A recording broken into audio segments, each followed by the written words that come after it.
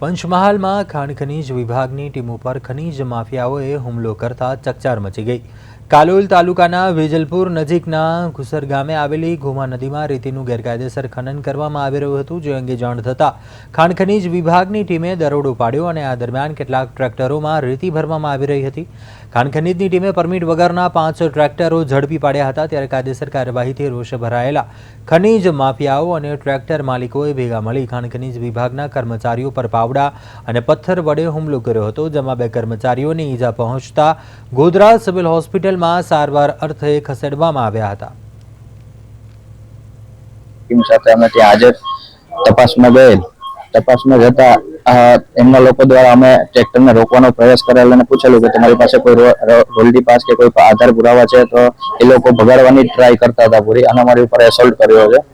અને ભગાડીને અમારી ઉપર પાવડા, ધોકા અને બધાથી હુમલો કર્યો છે। અમારી ટીમમાં અમારા કેયુરભાઈ સંજડિયા છે, મેન સુપરવાઇઝર, એમને પણ વાગેલું છે વધારે, એમની ઉપર પણ એસોલ્ટ થયો છે અને મારી ઉપર પણ એસોલ્ટ થયેલો છે। સર, અમે ત્યારે સ્થળ ઉપર 6 ટ્રેક્ટર, આશરે 5 અથવા 6 ટ્રેક્ટર ત્યાં હતા અને આશરે 5 થી 6 જણા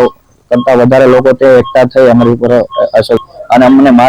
જાનથી મારી નાખવાની ધમકી આપેલી અને અમને એસોલ્ટ કરેલું અને પાવડા અને ધોકા। 15 જેવા લોકો હતા અને 7-8 જેવા ટ્રેક્ટરો હતા, એમાં 5 અમે પકડી પાડેલા ટ્રેક્ટરો અને 2 ભાગી ગયેલા, પરંતુ ત્યારબાદ એ ટ્રેક્ટરના માલિકો આવી બીજા 4 ટ્રેક્ટર ભગાડી ગયા અને એ 4 ટ્રેક્ટરોના માલિકો અને એના માણસો એના દ્વારા અમારા ઉપર હુમલો કરવામાં આવ્યો। પાવડો